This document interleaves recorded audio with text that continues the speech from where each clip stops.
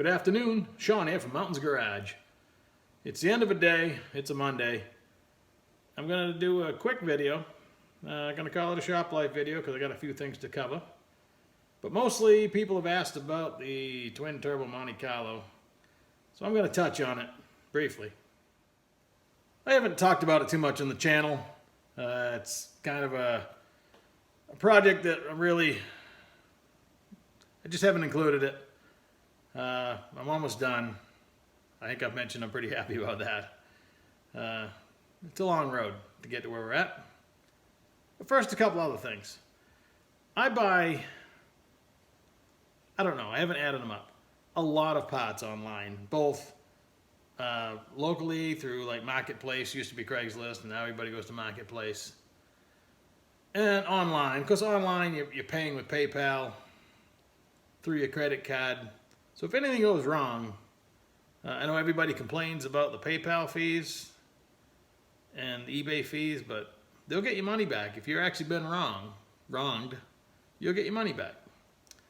I don't get burned very often. I mean, only a couple. I can tell a couple stories, and that's about it. That's pretty good. Car people are usually excellent, trustworthy. Back in the day before the internet, I used to send cash in an envelope. I remember sending like $2,800 for a BRC cranking rods and pistons for a 572 Chevy. Put all the money in an envelope, just mailed it away. Somebody didn't even know, and next week I had a box full of parts, and they were everything he said he was going to be. I wouldn't do that today. And every time you get burned, you get a little bit, more soured on the idea. But here's what happened. I actually mentioned in my last video, I was pretty excited. I had bought more carbides for making lathe tools. Now I have a box full. I went to an auction a couple years ago. Actually, it was an online auction, but it was local, so I could go look at the stuff. They had a viewing time, and then I went home and bid on some stuff, and there was a whole box, I mean hundreds, of carbides. Even the cheap ones on Amazon, little triangle carbides, they're like 4 for $30. They're ridiculous. But they cut really nice, and they're awesome. And after I got the mill, I actually make tool holders for them for my lathe, and they work out pretty good. But I don't need any more. But on Facebook Marketplace, there was an ad, and there was 281 cutters in a box. The guy actually counted them, I guess, after the fact. All there was a shitty picture of a box full of stuff, but I could see what they were. And then he was, answering my questions every 20 minutes, half an hour, over the course of a day and a half. So I kind of trusted him a little bit. He's only 2 hours away. And he said there's 281 carbides in that box, brand new. So I offered $100, and he said if you pay the shipping, so I offered him $115 with the shipping. It'll fit in a flat rate box, no problem. So done deal. This is when it turns bad. Well, I have a Venmo account, and I've used it only a couple other times.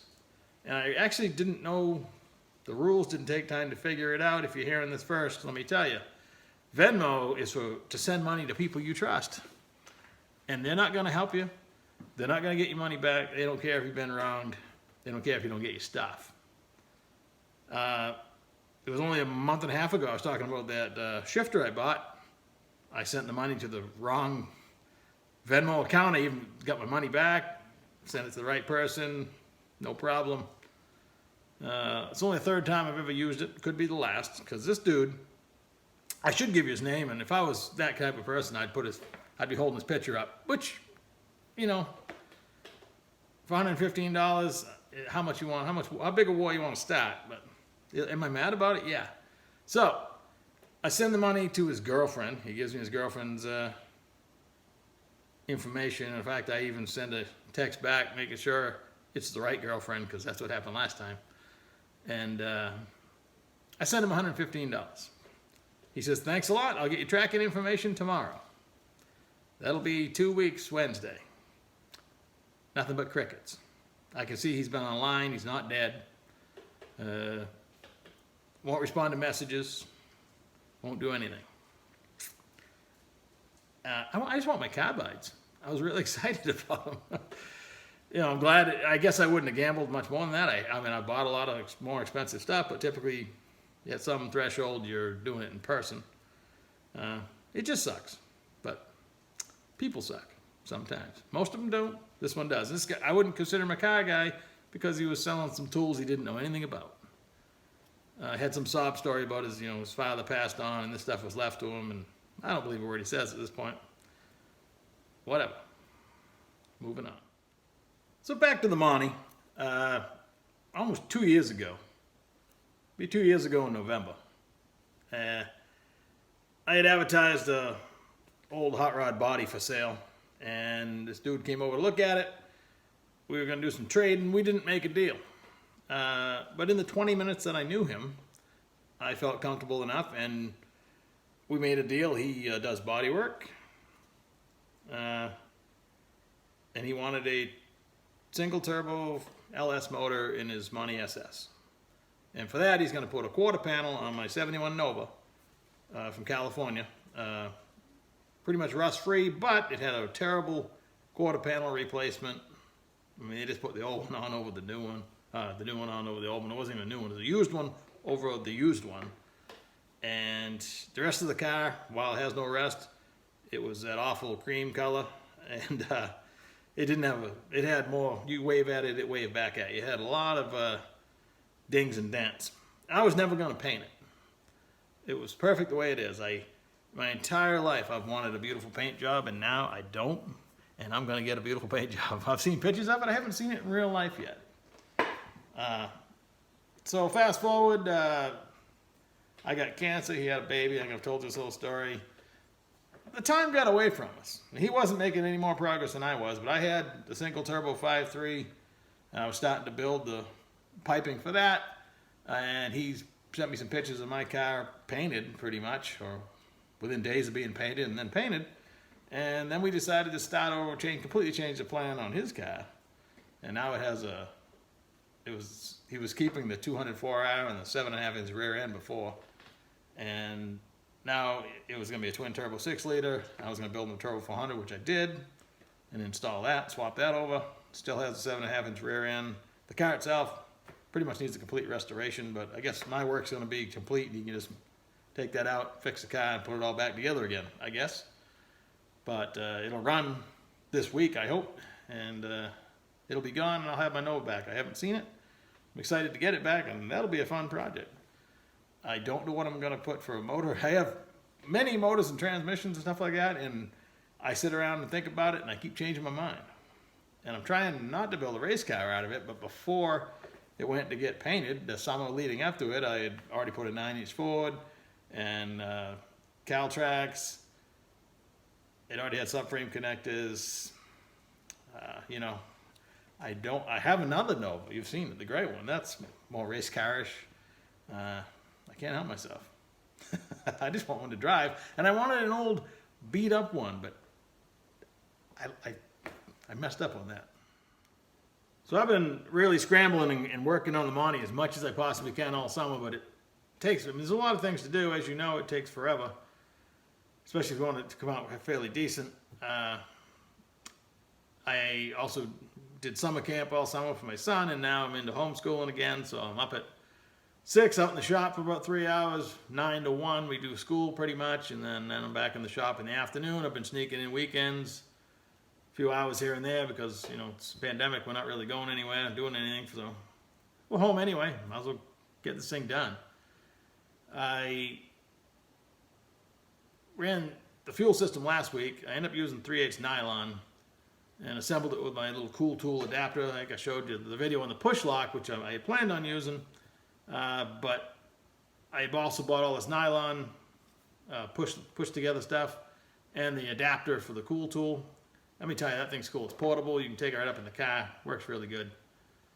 The drawback to the 3/8 nylon, I like that it's small. It fits like up over the rear frame. It tucks right in. It's black, so it hides out of the way.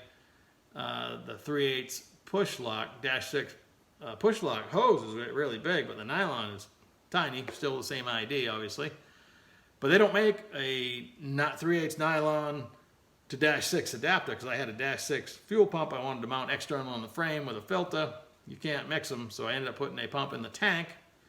Fortunately, it had a new fuel sender, and I was able to adapt to that pretty easy. They actually make nice ferrule connectors that actually hook on top, and your 3/8 nylon hooks to it. It makes a pretty decent setup. And snaked all that to the front.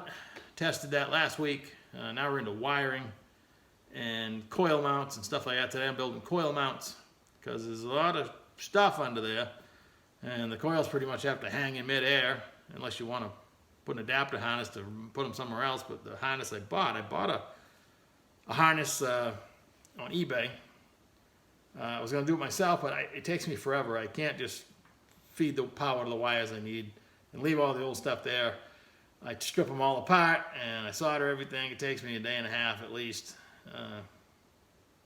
to build a harness. This was $220 on eBay, and it seems to be a really nice harness. So I'll let you know, but that seems to work out pretty good. I had to do minimal mods to it. It even had the right, I got Decker 80 injectors in it, and it had the right EV1 plug already on it. You could order optional plugs. I sent a message to him, got no response. Went ahead and bought the harness anyway, and it came with the right plug, so that worked out. Usually I pick up before I shoot a video, but this is just from this afternoon. Here I'm building the second coil mount with my high-tech bender. Pretty thick aluminum, too thick for my actual brake, so using a block of wood and a hammer. It works. The actual coil mounts, it's an ICT billet I had left over from another project, and you can see the bracket underneath. It's about the only spot it would fit. Kind of stands them up. Vertical. That'll work. It's a lot of crap to put under here. Obviously you can't put the battery up here anymore, so I mounted that in the trunk. I'll show you that. I had an aluminum battery box I'd started for something else, so I ended up using it back here. It actually fits up on that shelf pretty well. I made all the ends. I bought a Harbor Freight hydraulic wire crimper, which is big enough to do battery terminals. Man, that thing's cool too. It's also portable, so you can. I ran these, the positive and the ground all the way to the starter. Then I ground the battery right to the starter base, so you know you got a good ground. Hooking to the frame, especially on this car, probably wouldn't be a good idea. So I run 2 cables all the way up. I just ran through a grommet under the carpet, and it'll work. I had to do something to get power up there when the turbo takes up where the battery used to go. All this wiring is just pretty much thrown on here for now. It'll hopefully look a lot better when we're done. What I love about the LS, if you didn't know, everything is symmetrical. You can turn the intake around backwards. You can turn the manifold around backwards. When you flip the headers or manifolds on an LS, it does screw up your plug wire installation and your coil mount, so that's why I had to remount the coils, but it works out. On the other valve cover, it needed to be up on the front, and now it needs to be on the back, but it has the same set of holes because the valve covers are symmetrical, so I can make 2 brackets identical and it fits opposite ends of the motor, which is cool, I guess. But yeah, it's a lot of stuff. I had to move the intake air sensor to the charge pipe, and there's also a blow-off valve. It's underneath. I bought tile. You can't see it. That blow-off valve actually said made in the USA. And I know there's tile knockoffs, and both wastegates were in, it said tile on the box, but I don't know if I trust that they're actually genuine, but the quality seems nice, so we're just going to go with it. It'll be fine. So hopefully I'll neaten all the stuff up and finish the wire and get it done this week. So back to trusting car guys. Also last week, actually 2 weeks ago, there's a guy up around Niagara Falls listing this torque converter, brand name. Actually, they had to build it for me. About half of what you'd normally pay for it. And on a whim, I just had to give my credit card number and order the converter. And it showed up, and it's everything it was supposed to be. He only charged me once. He kept me abreast of every move this converter made along the way. That's the way it's done. I wasn't nervous at all. Maybe a little, but it showed up today, and it's great. All right, that's enough jarring for 1 week. I'll talk to you next week, and hopefully I can make some noise with that thing, and even better, maybe it won't be here, and my Nova will be back, and then we can actually start working on that. or anything else. Anything. I got so many projects. All right. Thanks for watching. This is video number 49, I think. One more, we're going to hit the big 5-0.